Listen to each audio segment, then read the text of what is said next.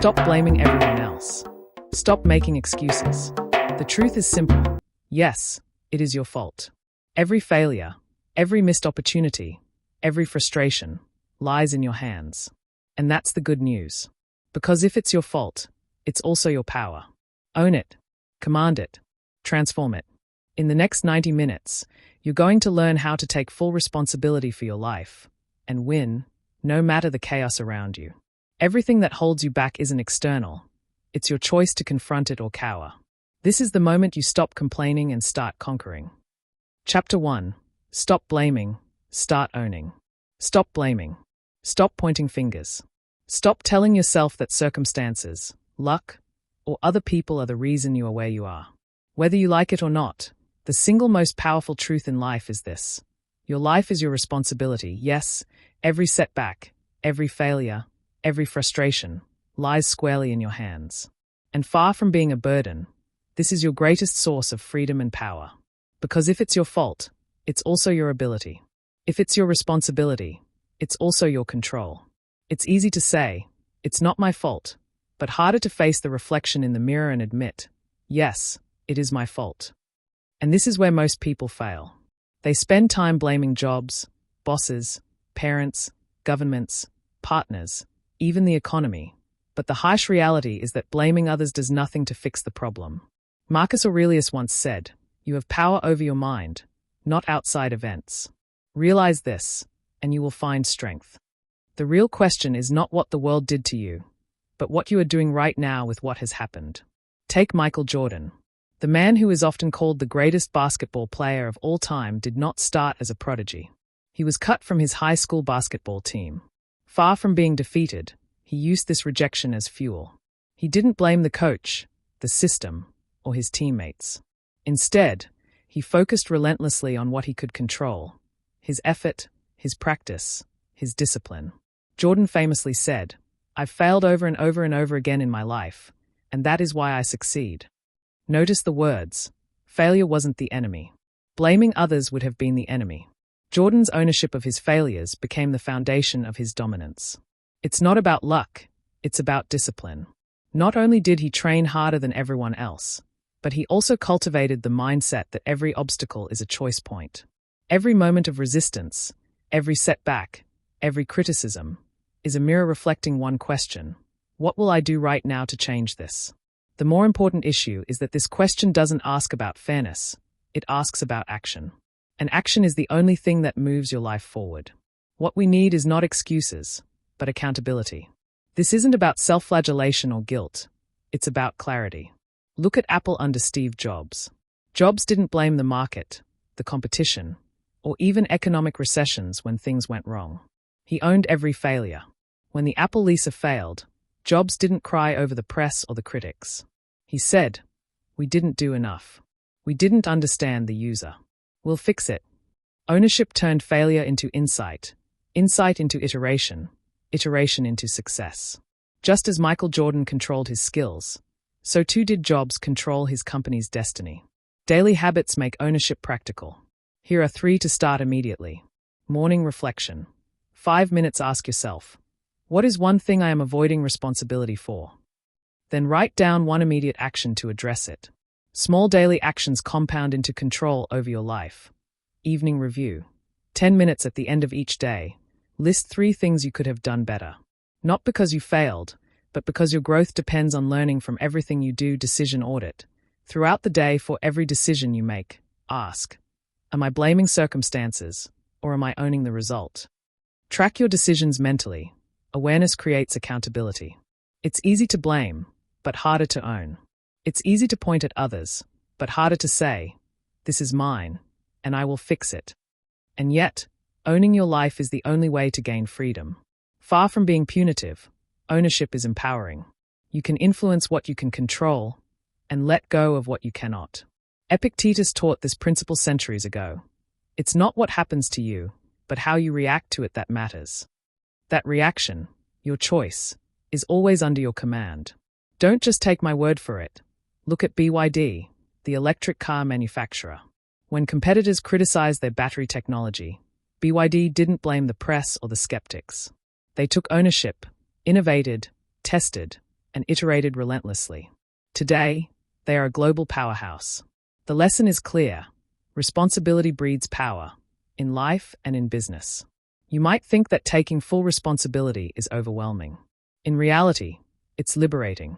Imagine a life where you no longer wait for someone else to fix your problems, approve your ideas, or validate your choices.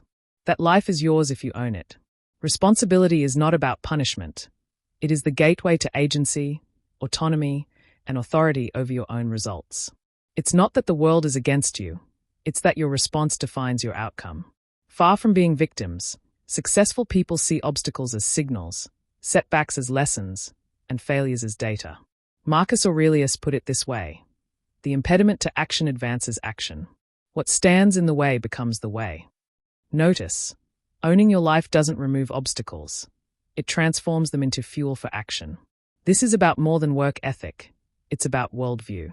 When you take responsibility, excuses fall away, fear loses its grip, and your energy focuses on solutions instead of complaints. Whether you like it or not, the world will challenge you, people will criticize you, and systems will fail you. The only variable you control is you. Daily, ruthless ownership ensures you are never at the mercy of circumstance. Behaviorally, start small. Stop complaining aloud, stop blaming silently, and stop waiting. Act on every problem today, no matter how minor. Fix what you can, learn from what you cannot. Build a personal culture where your word, your commitments, and your actions align. Over time, this compound ownership will make you unstoppable. In conclusion, every success story begins with a single, uncompromising principle: take responsibility. Own your mistakes, own your choices, own your life. Stop blaming your environment. Stop blaming others. Stop waiting for permission. The mirror will never lie. When you face it honestly, ask yourself, what can I do right now to change this? And act. You have mastered ownership. You have begun to take responsibility for the direction of your life. Now, let's talk about the forces that secretly steal your results every day.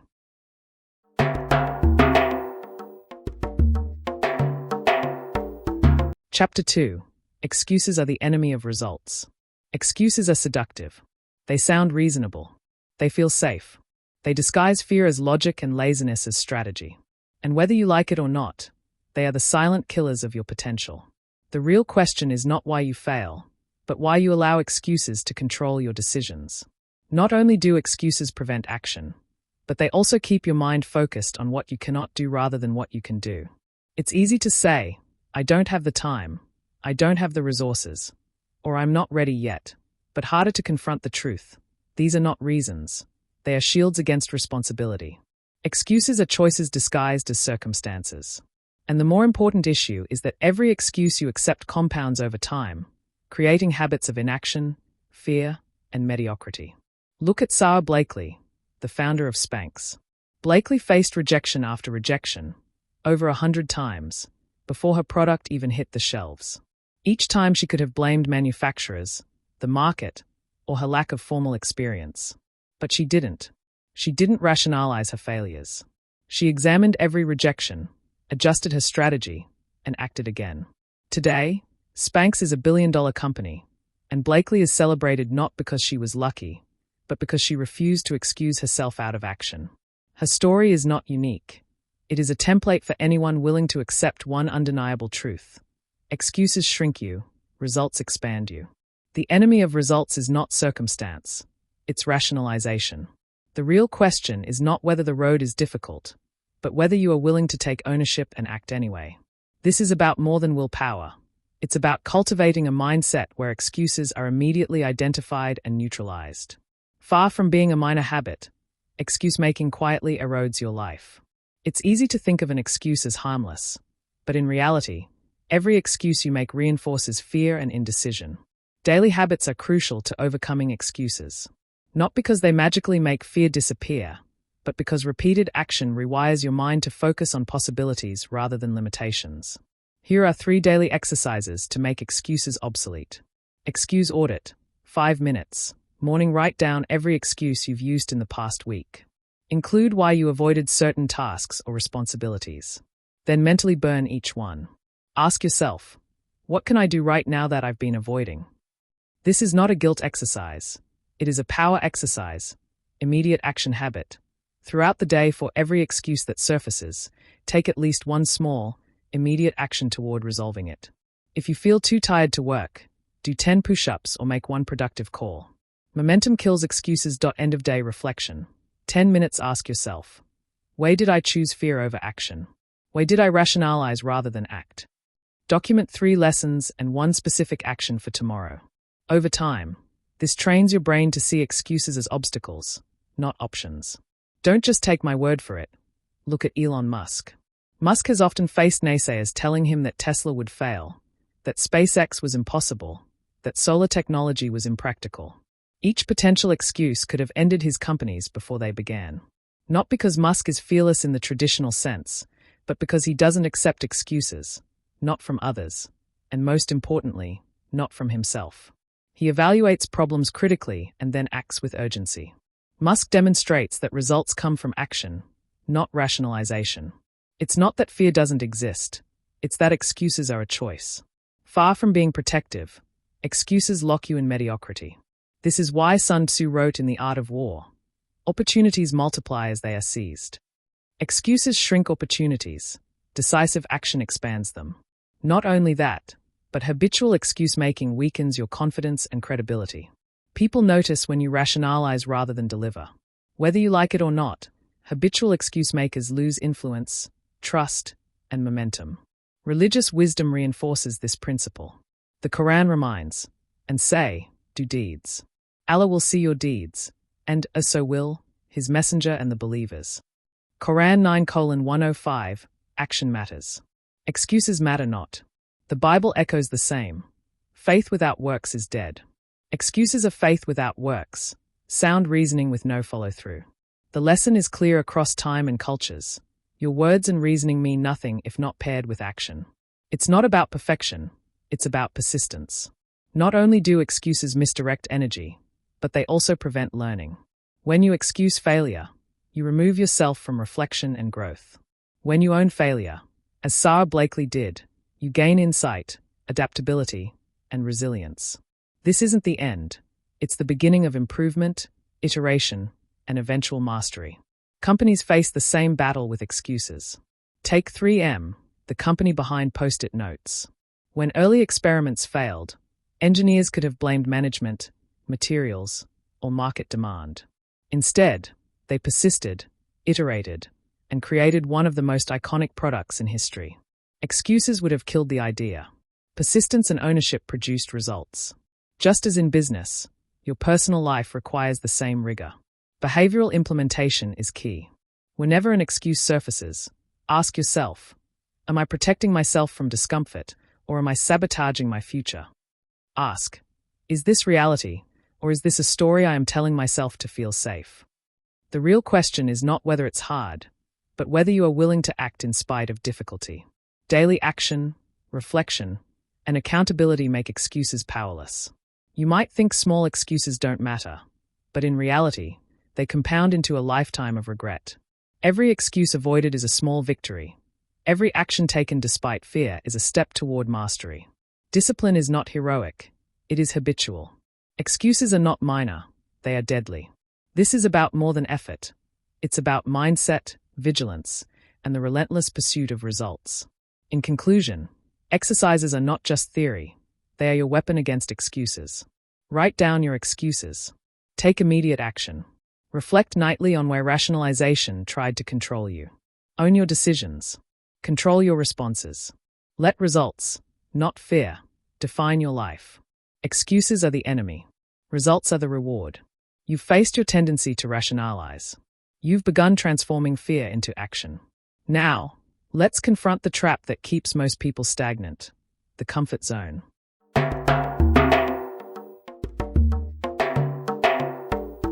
Chapter 3. Your comfort zone is a trap. Comfort is seductive. It whispers to you every morning, every afternoon, every evening. Stay here. You're safe. Don't risk it. And whether you like it or not, comfort is the single most effective tool the mind uses to keep you small. Growth never happens in comfort.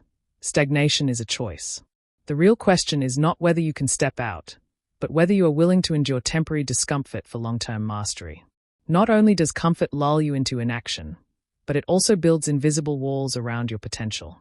Consider Samina Baig, the first Pakistani woman to climb Mount Everest. Far from being shielded by privilege or opportunity, Baig faced immense social and physical challenges. She risked her safety, challenged cultural expectations, and endured extreme conditions that most people could not even imagine. Yet, she did not remain in the comfort of the familiar. Every step forward was a conscious decision to embrace discomfort. Not because she sought danger, but because she understood a simple truth. If you remain comfortable, you remain small. It's easy to say, "I'll grow later," or "I'll take risks when it's safe," but harder to face the burning truth. Safety is the enemy of progress. Far from being punitive, challenge is your teacher. Each discomfort, each awkward conversation, each risk you take expands your capacity. Marcus Aurelius wrote, "The impediment to action advances action. What stands in the way becomes the way." The obstacles, the risks, the discomfort, they are your curriculum. Ignore them, and you stagnate. Engage with them, and you master life. The real issue is not avoiding danger, but avoiding inertia. Just as athletes push their bodies to extreme limits to perform at elite levels, so too must your mind push beyond comfort to reach new heights. Companies like Tesla demonstrate this principle in action. Elon Musk consistently invests in highly risky ventures that defy conventional wisdom. He launches rockets, innovates batteries, and disrupts automotive markets not because it is safe, but because he understands that safety produces stagnation, while risk fuels growth. Far from being reckless, calculated discomfort produces mastery, innovation, and leadership. Daily habits are the key to consistently leaving your comfort zone without burning out. Here are 3 practices to implement immediately. Micro-risks, daily, 5 to 10 minutes each day. Choose one small action that feels uncomfortable. Speak first in a meeting, approach someone you admire, or tackle a minor fear. These small, repeated risks train your nervous system to handle larger challenges without hesitation. Challenge reflection. Evening, 10 minutes. Document every moment during the day where you avoided comfort. Write down one small action you could have taken. This reflection builds awareness and primes your mind for future courageous action. Physical discomfort training. Daily, 15 minutes. Purposefully introduce mild physical challenges. Cold showers, high-intensity workouts, or walking unfamiliar routes. These teach the body and mind that temporary discomfort is not only tolerable but advantageous. Don't just take my word for it. Look at IKEA. The company repeatedly challenges its design, supply chain, and store layout assumptions. By pushing beyond conventional comfort zones, IKEA continues to innovate and dominate retail markets worldwide. Comfort might feel safe in the short term, but inaction is the costliest risk of all. Not because failure is guaranteed, but because the alternative is irrelevance. You might think that comfort is harmless, but in reality, it quietly erodes potential. The human mind is wired to seek ease, to cling to routine, to avoid uncertainty. Far from being benign, these tendencies create invisible barriers that slowly shrink your horizon. Every opportunity you avoid, every conversation you don't initiate, every risk you decline, compounds into years of lost potential. Seneca wrote, "It is not that we have a short time to live, but that we waste much of it." Comfort is the mechanism by which we waste our most precious resource, our own life. Religious and philosophical wisdom reinforce this principle. The Quran emphasizes courage and perseverance in the face of challenge, and do not weaken in pursuit of the enemy. And call upon God for help and confidence. He is always with the patient. Quran 8:46. The Bible echoes this in Joshua 1 verse 9. Be strong and courageous. Do not be frightened, and do not be dismayed, for the Lord your God is with you wherever you go. The lesson is clear. Courage and growth require deliberate discomfort. The divine message aligns with the universal principle of stepping beyond what is comfortable. It's not that discomfort is enjoyable, it's that growth requires it. Not only does stepping out of comfort build resilience, but it also cultivates confidence, creativity, and problem-solving skills. The more you embrace the unfamiliar, the more your brain rewires for adaptability. Rumi said, "Don't get lost in your pain. Know that one day your pain will become your biggest strength." Discomfort is the raw material for mastery.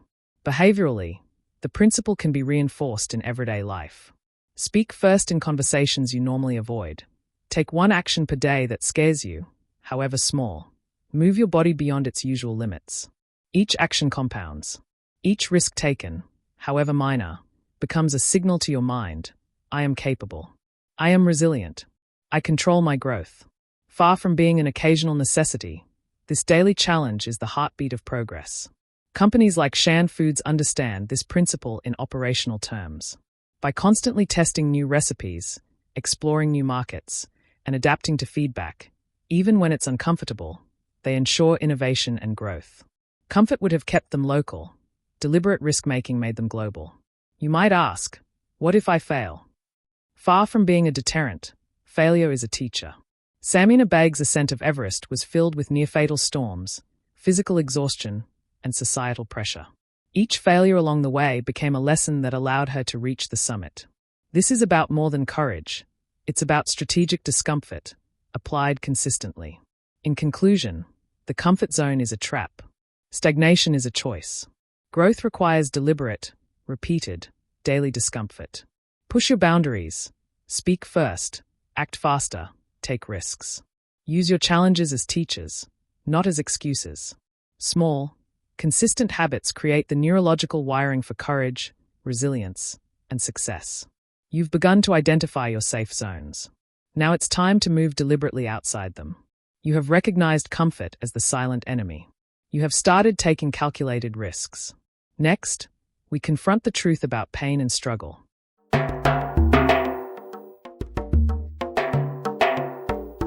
Chapter 4. The pain you avoid is the power you need. Pain is universal. Everyone experiences it. But far from being random, pain is a tool, a currency of growth. Whether you like it or not, the moment you start avoiding struggle, you forfeit the very leverage you need to achieve mastery. Not only does avoiding pain stall growth, but it also conditions your mind to seek comfort over excellence. The real question is not whether life will challenge you. It always will. But whether you are willing to let those challenges transform you into someone stronger. Consider Martin Luther King Jr. He faced imprisonment, physical threats, and constant public scrutiny. Far from avoiding this pain, King embraced it as fuel. He famously said, "The ultimate measure of a man is not where he stands in moments of comfort and convenience, but where he stands at times of challenge and controversy." The more important issue is that every struggle he endured didn't weaken him. It sharpened his clarity, honed his leadership, and amplified his impact. Far from being a setback, the suffering became the engine of his historic success. It's easy to say, "I'll deal with it later," but harder to embrace the discomfort right now. Pain forces clarity. Pain exposes weaknesses. Pain tests values. Avoid it, and mediocrity sneaks in quietly. Just as a diamond is formed under pressure, so too is strength, resilience, and insight forged in moments of confrontation and struggle. It's not that hardship is enjoyable. It's that enduring and leveraging it creates results that comfort never can. What we need is not avoidance, but strategic engagement. Far from being a passive concept, the deliberate pursuit of difficult, uncomfortable, or challenging tasks rewires the mind for growth.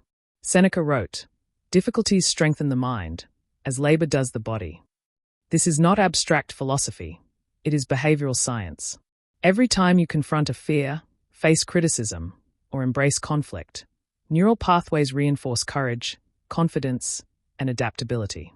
Daily practices make this principle actionable. Pain identification, morning, 5 minutes, write down one discomfort or confrontation you've been avoiding, an awkward conversation, a difficult decision, or a personal weakness. By acknowledging it, you take the first step toward control. Immediate engagement. Throughout the day, choose one small action that moves you closer to facing that pain. Call that difficult client. Speak your truth to someone you've avoided. Challenge your limiting beliefs. Action transforms fear into momentum. Reflection and measurement. Evening. 10 minutes at the end of each day. Write one lesson learned from confronting discomfort. Note growth in confidence, clarity, or skill. Over time, this documentation becomes a roadmap of personal mastery. Don't just take my word for it. Look at Elon Musk. SpaceX rockets fail in dramatic, highly public ways. Most executives would avoid that pain, either through safer projects or excessive caution. Musk, however, embraces it. Each failure becomes data, insight, and fuel for iteration. Failure and discomfort are not obstacles, they are accelerators. Not because he is fearless, but because he does not rationalize pain, he leverages it. The corporate world mirrors this principle. Apple repeatedly challenged its teams with deadlines and design standards that caused immense stress and pressure. Products failed, prototypes crashed, and executives endured relentless scrutiny. Yet this discomfort produced the iconic innovations that dominate technology today. Far from being accidental, progress requires strategic struggle. Comfort yields mediocre products. Discomfort yields breakthrough results. Religious and philosophical wisdom reinforces this lesson. The Quran states, "Indeed, with hardship comes ease." Quran 94:6. The Bible echoes this in Romans 5 verses 3-4. We rejoice in our sufferings, knowing that suffering produces endurance, endurance produces character, and character produces hope. Both texts emphasize the transformational value of facing and embracing difficulty. Pain is not punishment, it is preparation for impact. It's not that avoiding pain is rare, it's that most people do it unconsciously. Far from being innocuous, avoidance erodes confidence, creativity, and agency. Avoided challenges compound over time, creating a life of fear, hesitation, and unrealized potential. The real question is not whether you will feel discomfort, but whether you will let it strengthen you or cripple you. Consider Samina Baig, who we discussed in the previous chapter. Scaling Everest was not just physically exhausting, it was mentally punishing. Every step through ice, snow, and altitude sickness was a confrontation with pain. Each moment she could have chosen comfort and retreated. Instead, she leveraged discomfort strategically, converting struggle into accomplishment. This principle is universal. Whether climbing a mountain, leading a team, or pursuing a personal goal, pain avoided is opportunity lost. Behaviorally, you can train your relationship with discomfort. Seek one daily challenge. Identify a task that feels hard or unpleasant and commit to completing it. Track growth. Document how confronting pain changes your perception, confidence, and skills. Celebrate courage, not comfort. Reward yourself for action, not avoidance. Companies like 3M have institutionalized this principle. Their 15% rule encourages employees to take risks, experiment, and fail. Failures are not punished. They are studied, analyzed, and used to refine innovation. Far from being chaotic, this culture turns discomfort into power. The lesson is clear. If you do not engage with the pain, you lose the opportunity for leverage. You might think that seeking discomfort is reckless. In reality, it is strategic. Pain is a signal, a teacher, and a compass. Avoiding it guarantees stagnation. Engaging with it creates momentum. Marcus Aurelius captured this perfectly. The impediment to action advances action. What stands in the way becomes the way. Each pain faced is a step forward on the path of mastery. It's easy to rationalize avoidance, but harder to act. Not only does action produce immediate growth, but it also cultivates courage, endurance, and insight. Far from being optional, confrontation is essential to leadership, innovation, and personal success. The more you face, the more capable you become. In conclusion, the pain you avoid is the power you need. Avoid struggle, and you stagnate. Face it, and you grow. Identify the discomfort you've been avoiding. Confront it with intention. Measure the growth it produces. Daily engagement with struggle transforms fear into strength, hesitation into clarity, and avoidance into mastery. This is about more than endurance. It's about creating a life defined by agency and results. You have identified the pain you've been avoiding. You are ready to leverage struggle as a tool, not a threat.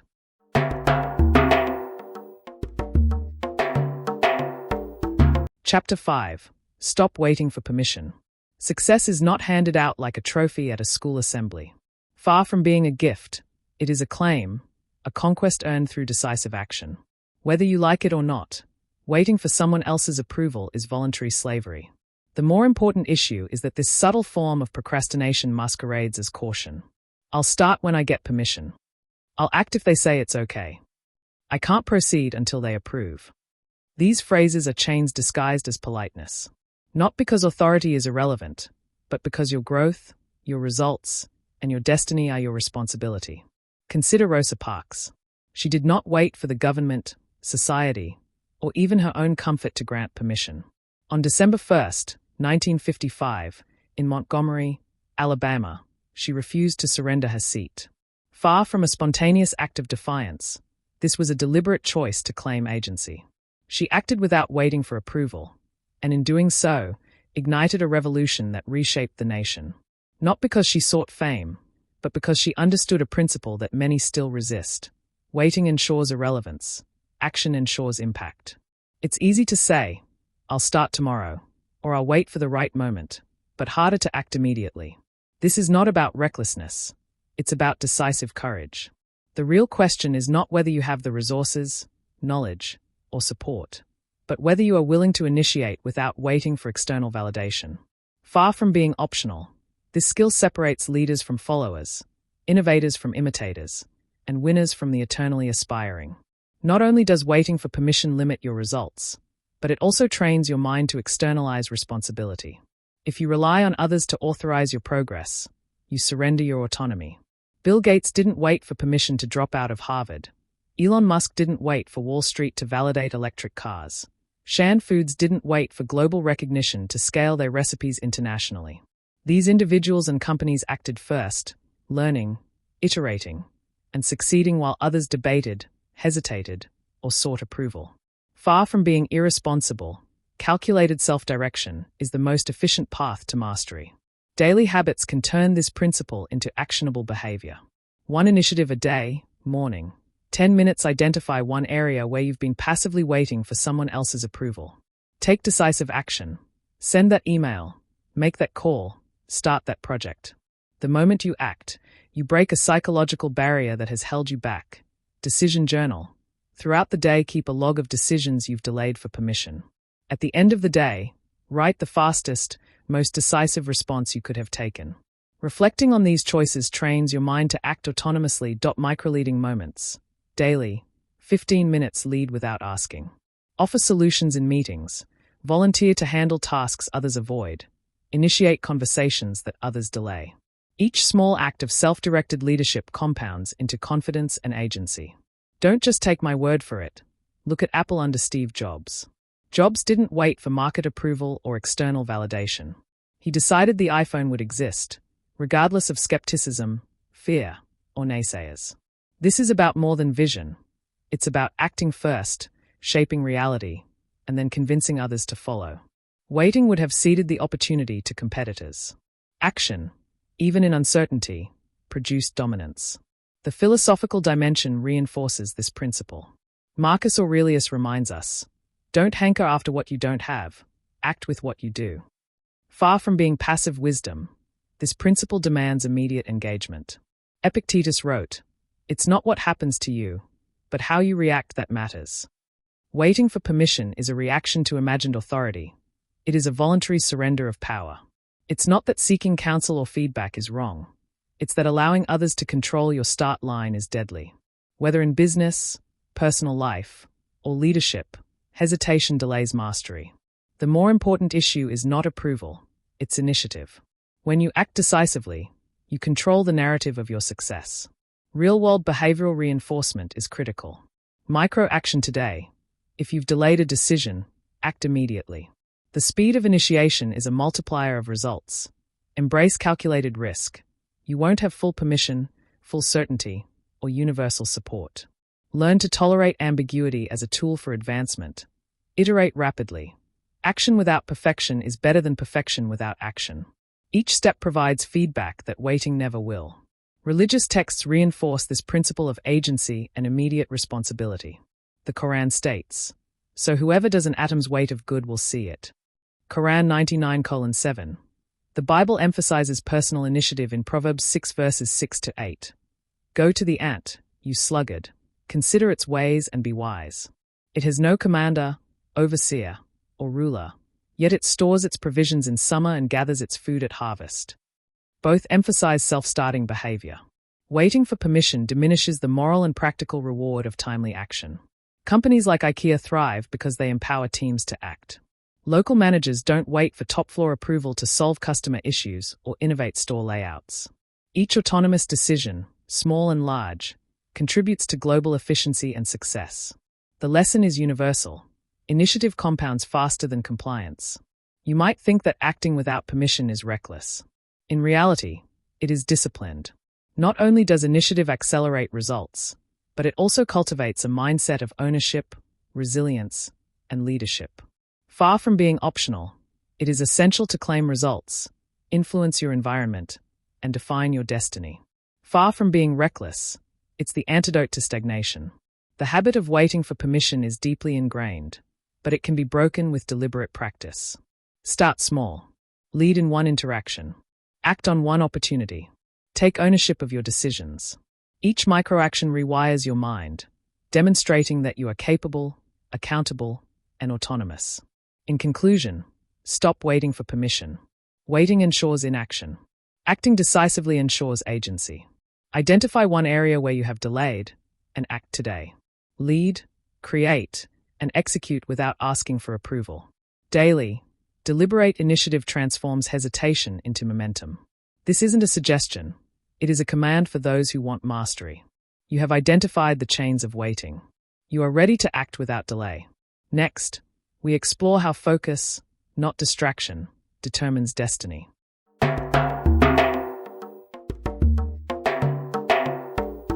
Chapter 6. Focus on results, not recognition. It's human nature to crave acknowledgement. We like praise, applause, and public approval. Yet, whether we like it or not, chasing recognition is a trap.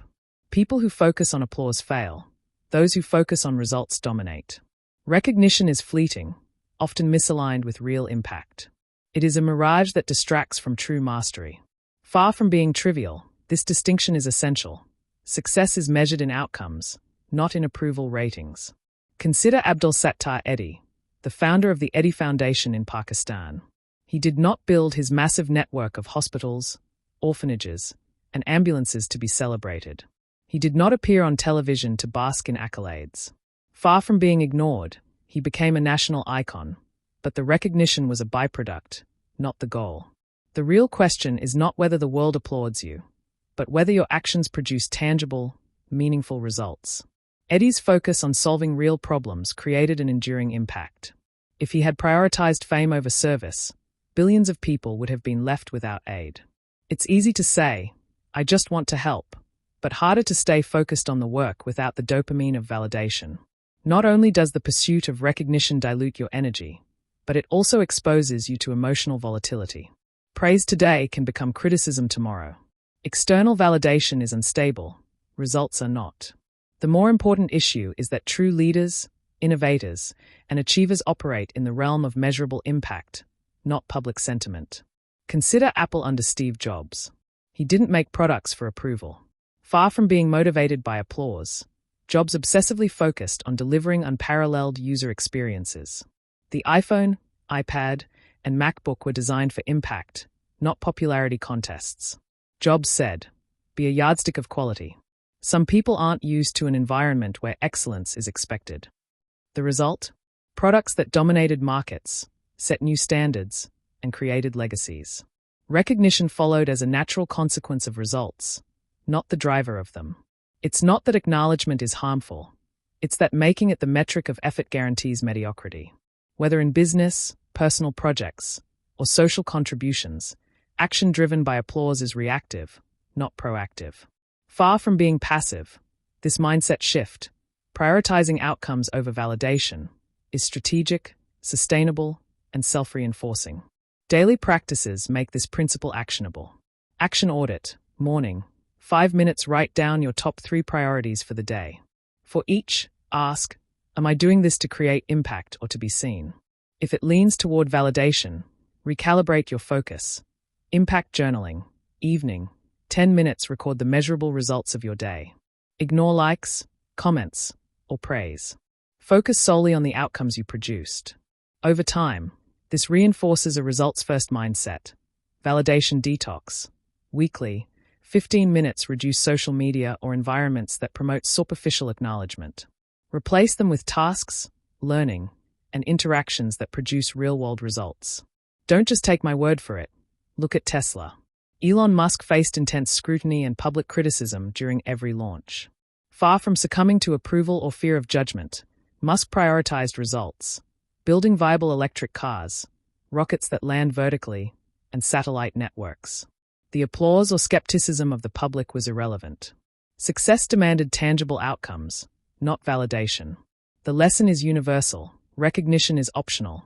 Impact is mandatory. Philosophical and religious insights align with this principle. Marcus Aurelius wrote, "Don't hanker after what others think. Measure yourself by what you achieve." Similarly, the Quran reminds us, whoever does righteous deeds, whether male or female, and is a believer, we will surely cause them to live a good life. Quran 16 hours 97 minutes. Both emphasize focus on action and outcome over external validation. Recognition is incidental. Impact is intrinsic. It's easy to rationalize seeking approval. It feels motivating, reassuring, and socially rewarding. Far from being harmless, this behavior fosters dependency on others' perception. Over time, it erodes confidence, stifles creativity, and dilutes discipline. Far from being optional, choosing results over recognition is a discipline that compounds over a lifetime. Real-world reinforcement. Measure outputs, not praise. At work or in personal projects, quantify the results of your efforts. Sales made, problems solved, or lives improved. Metrics matter more than applause. Celebrate private wins. Recognize your own effort and mastery internally. Avoid external validation as a habit. Develop intrinsic reward systems. Embrace invisible success. Some of your best actions will never be noticed. This is a feature, not a flaw. Far from being demotivating, it strengthens your ability to act independently.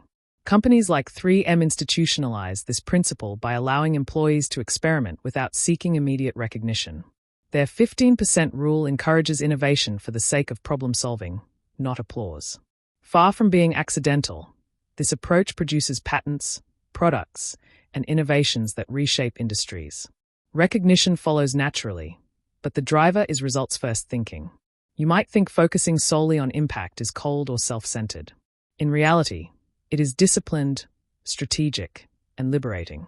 Far from ignoring relationships or ethics, prioritizing results aligns effort with meaningful outcomes. It eliminates distraction, indecision, and the emotional rollercoaster of chasing approval. Just as Abdul Sattar Edhi built hospitals without applause, so too can you construct your life, career, and influence with outcomes as the compass. The habit of seeking recognition can be broken through deliberate, daily exercises. Begin by auditing your actions, journaling impact, and detoxing from validation-driven environments. Over time, this rewires your mind to prioritize mastery over applause. This isn't optional. It is essential for sustainable success, independence, and high-leverage results. In conclusion, focus on results, not recognition. Chasing applause ensures mediocrity. Committing to impact produces mastery. Track your actions daily. Evaluate whether they create real-world change or satisfy superficial needs. Act for outcomes, not approval. Success, influence, and legacy follow naturally from actions that matter, not from the fleeting cheers of spectators. You have identified the trap of validation seeking. You are ready to act with focus, discipline, and impact. Next, we explore the hidden advantage that consistent, deliberate action creates.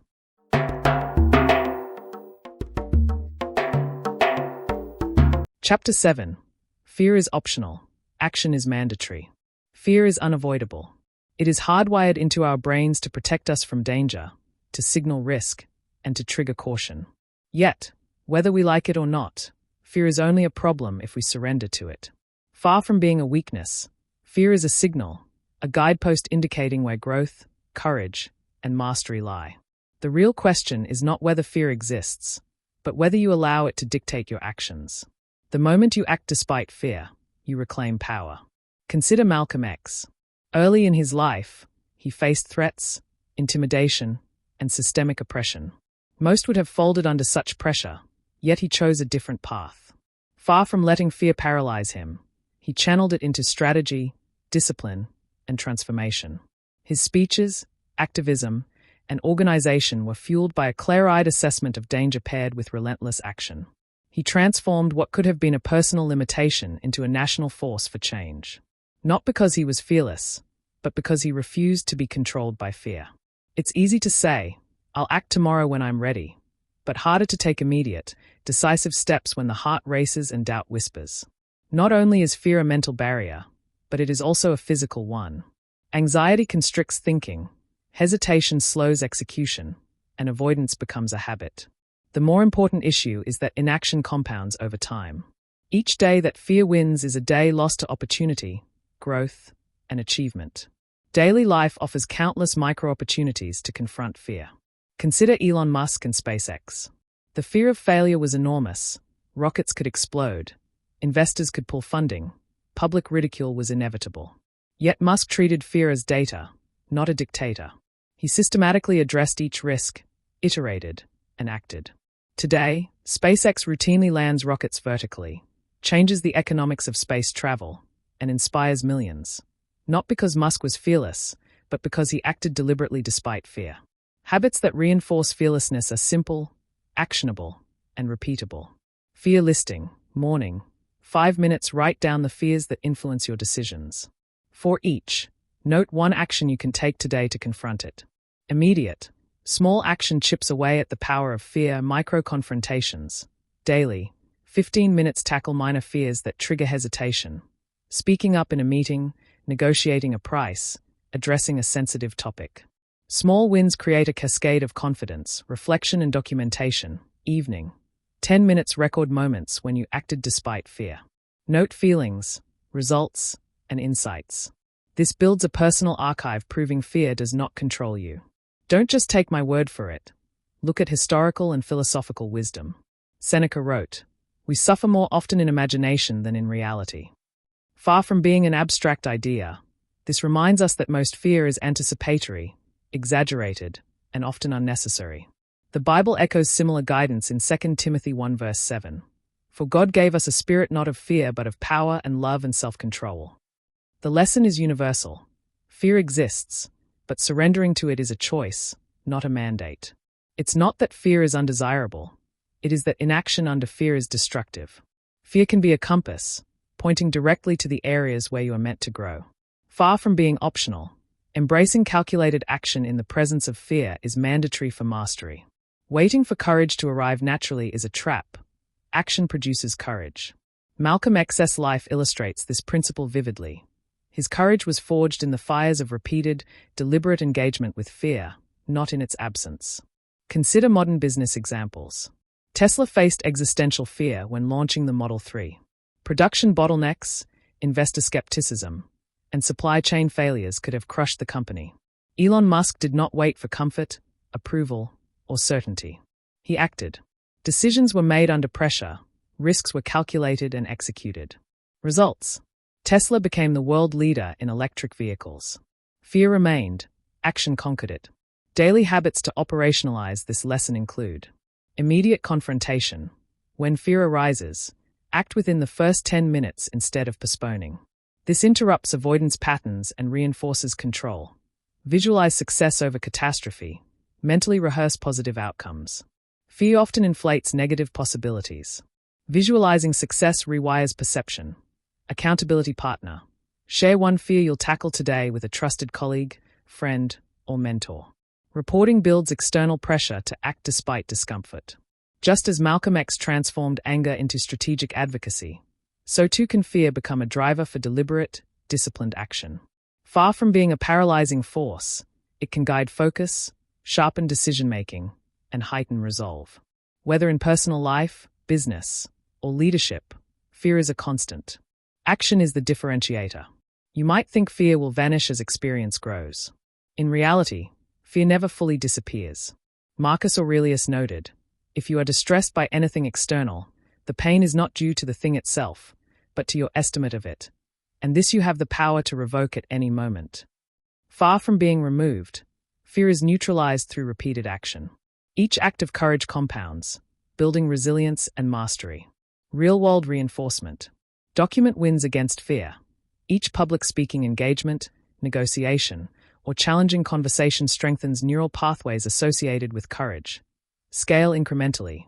Start small, micro-actions against fear scale into larger, more transformative achievements. Reframe fear as energy. Fear signals that opportunity exists. Redirect that energy into decisive action. The more important issue is consistency. Fear is like a muscle. The more you exercise action despite it, the stronger your discipline becomes. Not because fear disappears, but because your ability to act under pressure expands. Far from being optional, this principle determines whether you stagnate or excel. In conclusion, fear is unavoidable, but surrendering to it is a choice. Identify one fear-based habit, whether public speaking, negotiation, or confrontation, and tackle it this week. Track progress, celebrate micro-wins, and reflect on growth. Courage is not spontaneous. It is cultivated through deliberate, repeated action. Action produces mastery. Fear cannot coexist with deliberate, disciplined movement toward results. You have recognized that fear is not the enemy. Inaction is.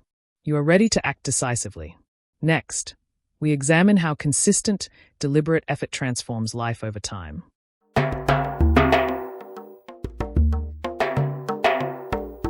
Chapter 8. Discipline beats talent every time. Talent is overrated. Society glorifies natural genius, innate ability, and effortless skill. But the harsh truth is that talent alone rarely produces lasting results. Far from being a guarantee, talent is a fragile asset. Without discipline, even the most gifted individuals stagnate, while those who cultivate consistency and structure achieve compounding success. The real question is not whether you are talented. It is whether you are disciplined enough to harness your potential daily. Elon Musk is a perfect modern example. Many label him a genius, attributing Tesla and SpaceX's revolutionary achievements to innate brilliance. You might think natural ability propelled him forward, but in reality, it was relentless work ethic, extreme discipline, and unyielding focus that created the outcomes that now seem inevitable. Musk's 100-hour workweeks, deep dives into engineering, and disciplined decision-making are examples of what separates those who succeed from those who coast on talent alone. Not because he is smarter, but because he outworks, outplans, and outlasts. Discipline compounds results far beyond what talent alone can accomplish. Just as compounding interest grows wealth exponentially, small, consistent actions executed daily grow skills, reputation, and results over time. Far from being glamorous, this principle is often ignored. Most people chase short-term excitement, credit, and validation instead of committing to the slow grind that breeds mastery. The more important issue is not talent. It is habitual, disciplined action. Look at historical figures. Marcus Aurelius, the Roman emperor and Stoic philosopher, emphasizes in Meditations, "If it is not right, do not do it. If it is not true, do not say it." Let your actions be disciplined, your thoughts deliberate. Far from being born disciplined, Aurelius cultivated this practice daily, structuring his life around principled, consistent execution, achieving influence and wisdom that lasted millennia. Similarly, modern leaders like Bill Gates and Warren Buffett attribute the majority of their results not to genius but to deliberate, disciplined accumulation of knowledge and practice. Daily habits are where discipline reveals itself. Time block execution, morning focus. 60 to 90 minutes identify the most important task and work uninterrupted until completion. Talent won't save you when distractions multiply. Discipline ensures output. Reflect and adjust, evening, 10 to 15 minutes document what went well and what didn't. Consistency grows exponentially when paired with deliberate review. Stretch habit. Daily pick one small, uncomfortable discipline. Reading 30 pages, waking up an hour earlier, completing a physical challenge, and execute without fail. Over time, these habits accumulate massive leverage. Companies thrive under the same principle. Apple's success isn't just design genius. It is disciplined iteration. Steve Jobs, Tim Cook, and their teams relentlessly focused on execution, operational excellence, and user experience. Tesla's success isn't merely Elon Musk's vision. It is discipline in engineering, logistics, and problem-solving. Similarly, Sony, IKEA, and 3M have scaled disciplined processes into global domination. Far from talent, it is daily, rigorous execution that compounds into industry leadership. Discipline also transforms mental resilience. It is not enough to act once. Real mastery requires persistent, repeated effort under pressure. Sun Tzu advised in The Art of War, "In the midst of chaos, there is also opportunity." Chaos and challenge will test your resolve, and talent alone will falter. Discipline is what converts adversity into advantage. Whether in entrepreneurship, sports, or creative endeavors, those who consistently act despite uncertainty dominate over those who wait for perfect conditions or innate skill to suffice. Practical exercises to embody this principle. Morning ritual.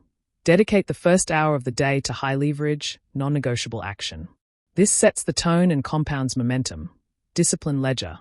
Track every completed task tied to personal or professional growth. Visibility increases accountability. Micro challenges. Push limits. Write one extra page. Make one extra sales call. Practice one more hour. Discipline is built by repetition, not grand gestures. Not only does discipline increase output, but it also protects against external variables. Talent can be disrupted by competition, market changes, or random misfortune. Discipline, however, is self-contained and reliable, producing results regardless of circumstance. Far from being optional, discipline is your insurance policy against unpredictability and mediocrity. Consider the lessons from religious texts.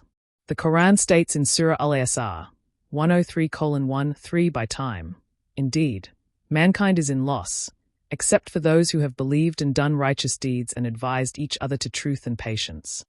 This is a blueprint. Consistent, deliberate action and discipline in conduct, not merely ability or desire, ensures meaningful results. Similarly, the Bible emphasizes in Proverbs 13 verse 4, "The soul of the sluggard craves and gets nothing, but the soul of the diligent is richly supplied." Results are earned, compounded, and guaranteed only through disciplined effort. Discipline also sharpens decision-making.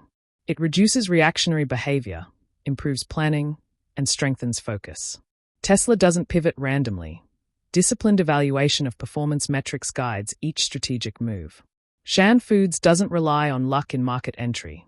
Disciplined quality, consistency, and supply chain management create predictable success. Discipline is the framework that allows talent to be maximized, rather than wasted.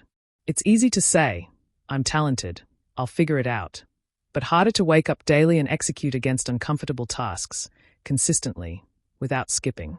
Not because talent is insufficient, but because discipline overrides inconsistency, excuses, and distraction.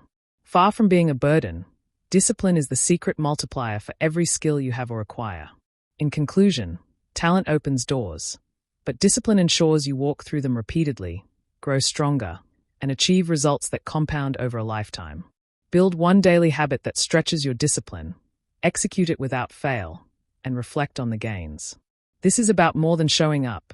It is about building a structure that guarantees success regardless of innate ability or external circumstance.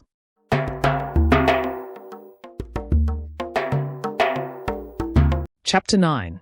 Own your mistakes, multiply your power. Mistakes are not failures. They are signals. They are the raw material of growth, the hidden currency of influence, and the blueprint for mastery. Far from being shameful, mistakes are the pathways to insight. Yet most people run from them, hide them, or blame others, and in doing so, they trap themselves in weakness. The real question is not whether you make mistakes. It is whether you own them and leverage them to increase your power, skill, and clarity. Consider the founder of WikiLeaks, Julian Assange. He faced immense global backlash, legal challenges, and personal attacks. Many would have crumbled under the scrutiny and opted to deflect blame, apologize excessively, or retreat. But Assange did not hide from his mistakes. He accepted accountability for the leaks, framed his actions in terms of principle, and used the consequences to amplify global awareness of governmental secrecy. He transformed personal risk into influence. Not because he avoided mistakes, but because he owned them strategically. Ownership of mistakes is about perspective. Most people view errors as embarrassment. Those who excel see them as informational feedback. This is a critical distinction. Talent and luck can get you into situations, but the ability to learn from errors multiplies your power exponentially. Marcus Aurelius writes in Meditations, "The impediment to action advances action. What stands in the way becomes the way." Each mistake, properly examined, provides a roadmap for improvement. Far from being setbacks, they are accelerators for growth. Let's examine why owning mistakes is so powerful. Self-awareness. Acknowledging errors forces you to confront your role honestly.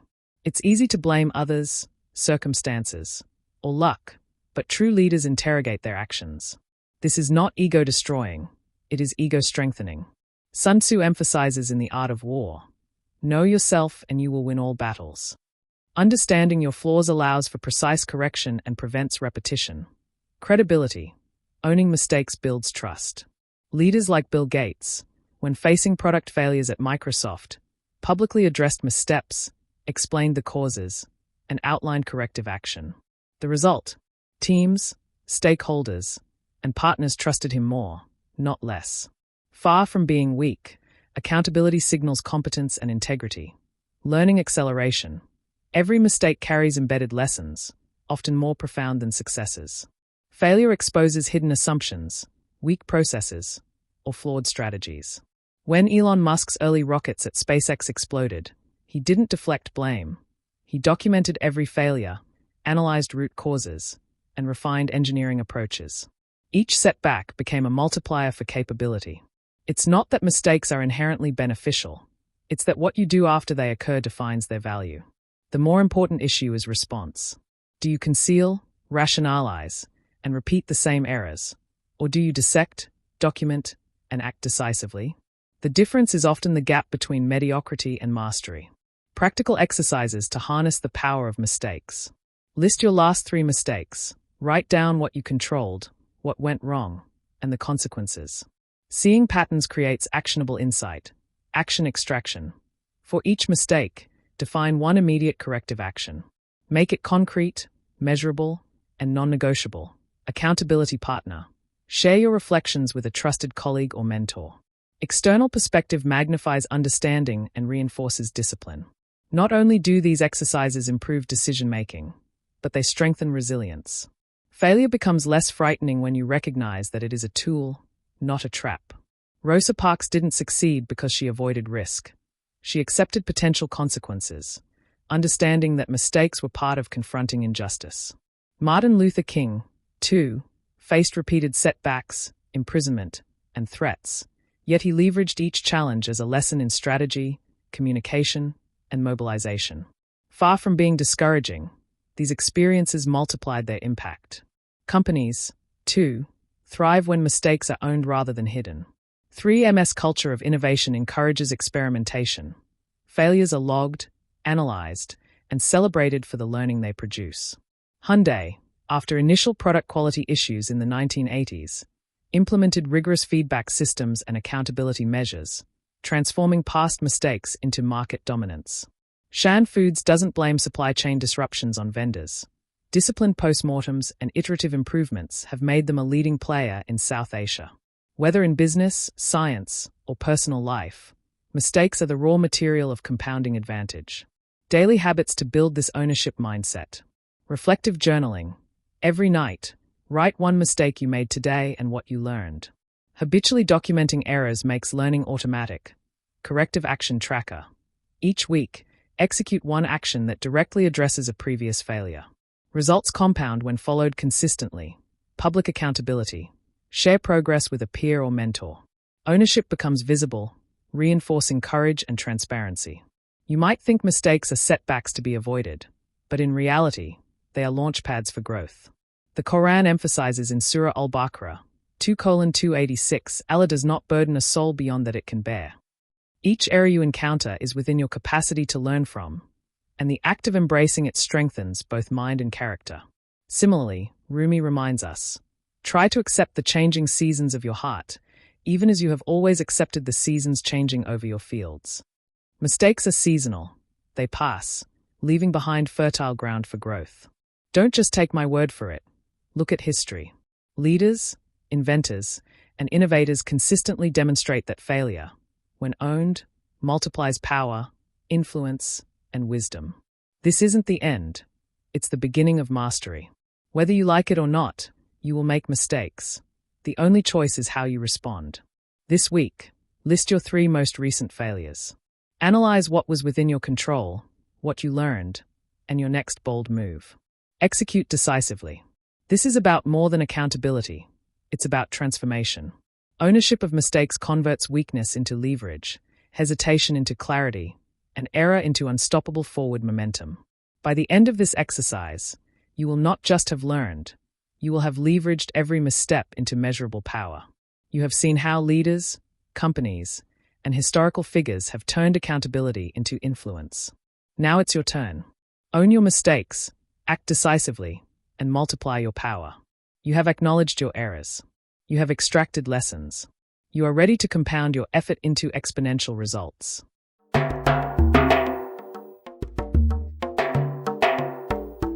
Chapter 10. Responsibility is freedom. The moment you stop blaming the world, you gain something no one can ever take from you: complete control over your life. It's a paradox many fail to see. Responsibility is often framed as a burden, as if taking charge of your actions will weigh you down.